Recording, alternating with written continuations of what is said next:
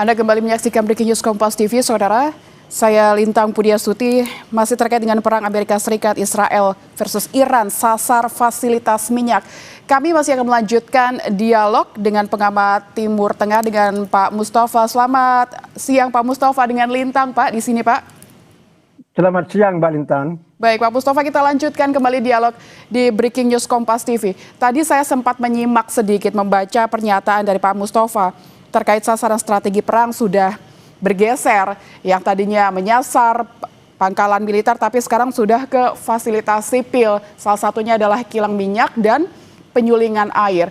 Ini akan seberapa parah ke depannya Pak Mustafa, dan ini pasti akan berdampak juga kepada masyarakat sipil begitu dan global. Anda melihatnya ini akan berapa lama strategi ini akan dipakai? Ya, tentu ini tergantung seberapa lama perang ini berlangsung. Kalau Presiden Trump berinisiatif untuk segera mengakhiri perang, maka perang asimetris ini tidak akan berlangsung lama. Artinya dampak ekonomi dari perang ini akan bisa tertahan ya. Jadi semua tergantung pada keputusan Presiden Trump mau memperpanjang perang atau mempersingkat perang ini. Ini keputusannya di sini. Jadi kita lihat dalam 2-3 hari ke depan ya. Tampaknya nanti untuk mempercepat perang ini saya kira bagian dari taktik Iran ya. Sekarang mulai menyasar sasaran strategi sipil seperti kilang minyak, kemudian tadi pusat penyulingan air, dan ini sangat banyak sekali di kawasan Arab Teluk, di Saudi, di Qatar, di Uni Emirat. Ini sangat banyak sekali sasarannya. Tinggal dihabisin saja oleh Iran dan akan menjadi krisis global ya tentu ini kan. Nah ini makanya sampai kapan ini sangat tergantung pada keputusan Trump mau memperpanjang atau mempercepat perang ini. Dan kalau perang ini berlanjut-lanjut seperti tadi ditayangkan berita oleh Kompas TV, di Prancis sudah mulai ada krisis BBM ya, sudah mulai rakyat sudah berteriak, dan saya kira nanti akan negara-negara Eropa yang lain seperti itu ya. Saya tidak membayangkan juga tentang gas alam. Kan Eropa dulu itu kan mengembargo, artinya menyetop impor dari Rusia karena mengimpor gas alam dari Rusia sebagai protes atas serangan Rusia ke Ukraina. Nah, sebagai pengganti dari Rusia, negara Eropa itu mengimpor gas alam dari Qatar, dan selama ini aman ya.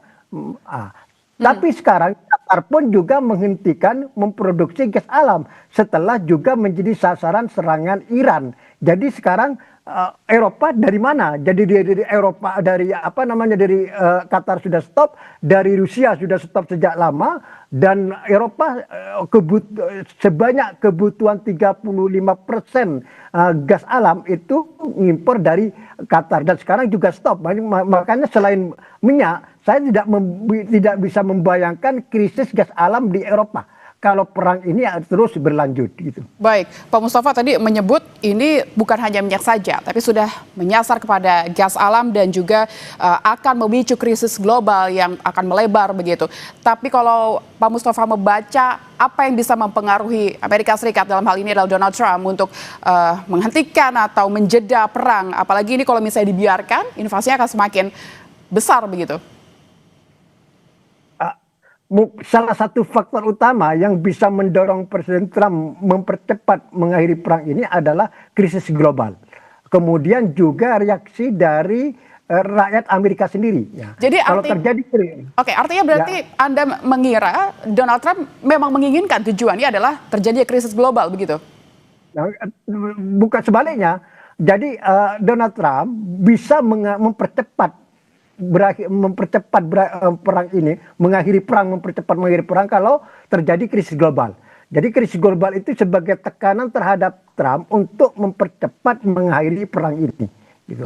Karena kalau ini terjadi, Trump itu akan dapat tekanan dari pemimpin dunia ya, dari pemimpin Eropa sendiri, kemudian dari Jepang, dari Korea Selatan yang sangat tergantung pada impor minyak dan gas alam dari Timur Tengah. Kan sebagian besar misalnya saya katakan tadi ekspor gas alam Qatar itu ke Asia, khususnya Jepang dan Korea Selatan dan Cina ya. 65%-nya, 50%-nya ke Eropa. Nah, kalau ini terjadi krisis gas alam di tingkat global, maka tentu Presiden Trump akan mendapat tekanan dari Jepang, dari Korea Selatan, kemudian Eropa untuk mengevaluasi perang ini dalam arti supaya perang ini segera diakhiri. Kalau tidak, krisis global ini berlarut-larut dan akhirnya juga akan berdampak pada Amerika sendiri.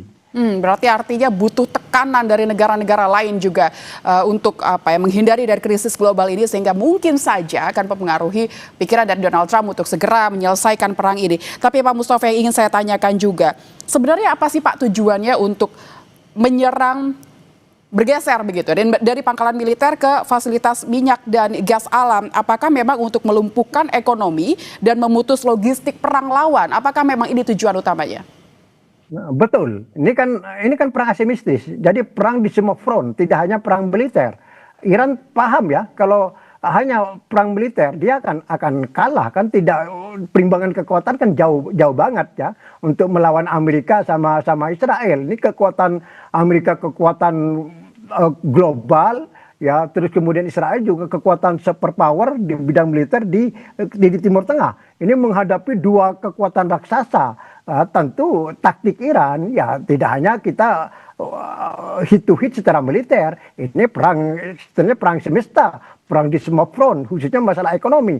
Dan ini sekarang yang memang dilakukan oleh Iran dalam beberapa hari terakhir ini. Bahkan Iran sudah semakin mengintensifkan serangan terhadap sasaran strategi sipil itu. Itu tentu ya untuk menutupi kelemahan Iran di sektor militer.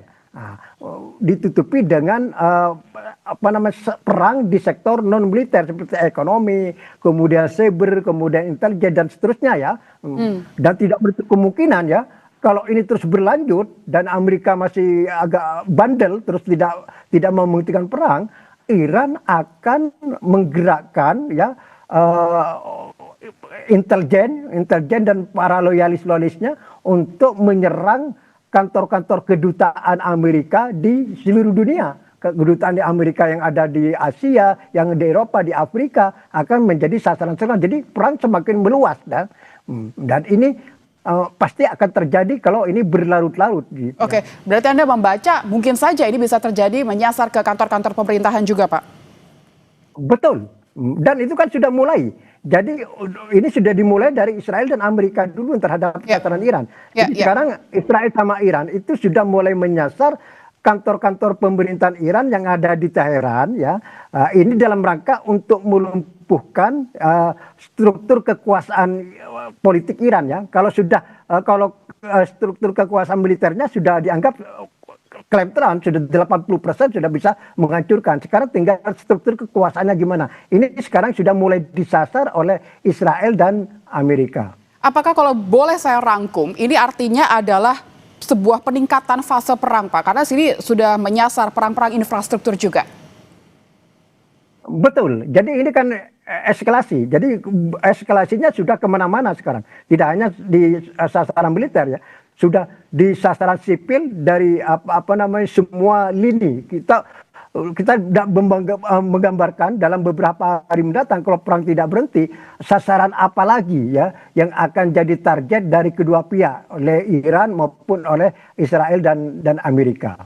Oke, Pak Mustafa, yang hingga kini kita nantikan adalah kemunculan dari Mojtaba, pimpinan terbaru Iran. Hingga kini belum muncul. Apakah menurut Anda gaya kepemimpinannya akan seperti sang ayah sebelumnya dengan melihat kondisi seperti ini, bukan lagi terfokus kepada militer saja, tapi sudah ke infrastruktur dan sipil begitu. Apa yang akan dilakukan oleh gaya kepemimpinan dari seorang Mojtaba? Nah, dalam situasi perang seperti ini, siapapun pemimpin Iran akan melanjutkan perang, akan melanjutkan perlawanan terhadap Amerika dan Israel ya. Seperti ditayangkan tadi ya oleh Kompas TV ya, begitu rakyat Iran itu sangat semangat berkerumun di lapangan terbuka menuntut pembalasan atas tewasnya pemimpin spiritual Ali Khamenei.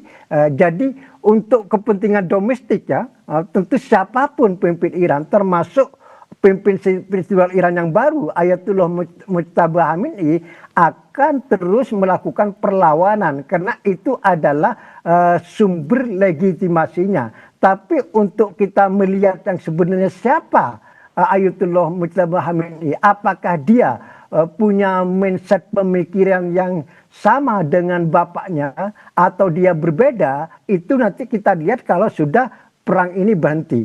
Jadi bagaimana Ayatullah Mujtaba Khamenei ini mengendalikan negara, terutama nanti ketika Iran dan Amerika berunding lagi misalnya, bagaimana apakah Iran lebih lunak sikapnya dibanding sebelumnya, itu sangat dipengaruhi oleh sikap atau pendirian dari pemimpin spiritual yang Iran yang baru, yaitu Ayatullah Mujtaba Khamenei. Oke, Pak Mustafa, kalau kita melihat ke belakang kemarin yang disasar oleh Amerika dan Israel adalah Ayatollah dan akhirnya tewas begitu. Dan sekarang digantikan oleh anaknya yaitu Mujtaba. Apa yang menjadi harus diperhatikan atau apa yang menjadi fokus dari Mujtaba yang harus dipersiapkan? Mungkin saja dia adalah salah satu sasaran berikutnya begitu, karena dialah yang telah menggantikan Ayatollah. Pandangan Anda seperti apa, Pak? Ya, kalau lihat dari statement Donald Trump terhadap terpilihnya Ayatollah Mujtaba Khamenei itu kan sangat negatif. Donald Trump sesuai dengan yang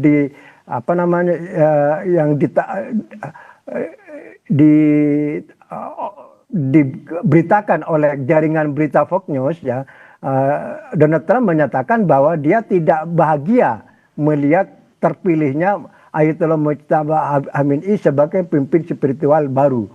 Dan Donald Trump juga kepada pemimpinnya seperti dilansir oleh Wall Street Journal mengatakan bahwa tidak ragu-ragu membunuh Ayatollah Mujtaba Khamenei ini kalau tidak menuruti tuntutan Amerika. Cuma kita kalau berbicara apakah Ayatullah Mujtaba Khamenei ini seperti bapaknya atau tidak, kalau dalam saat perang ini tidak mungkin lah Ayatullah Mujtaba Khamenei tetap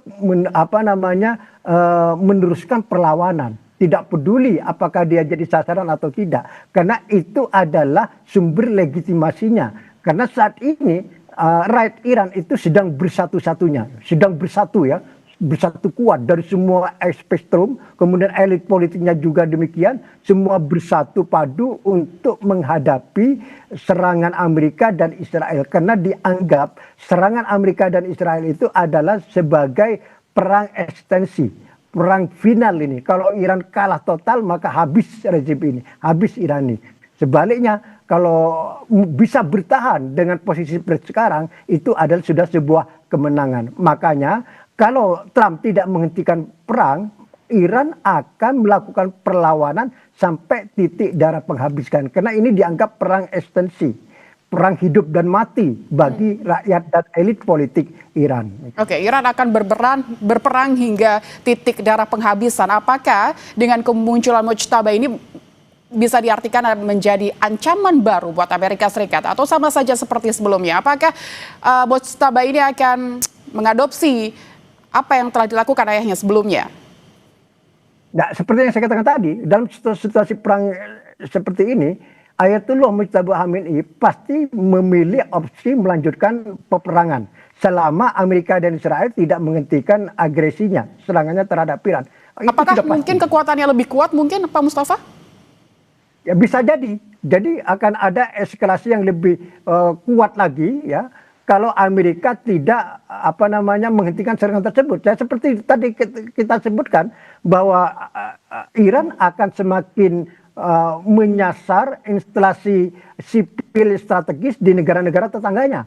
Kalau perang ini tidak segera dihentikan, ini kan bahaya. Ini akan menimbulkan bencana ekonomi global, dan ini sudah dirasakan sekarang kan tadi yang sudah ditayangkan Kompas TV di Prancis, dan saya kira di negara Eropa yang lain akan melakukan hal yang sama. Ini kalau tidak segera perang ini dihentikan. Oke, akan terjadi krisis global dan contohnya sudah terbaca kemarin ya. Hari ini juga minyak dunia sudah naik. Pak Mustafa, kita harus jeda sejenak, nanti akan kembali lagi di Breaking News Kompas TV. Ya.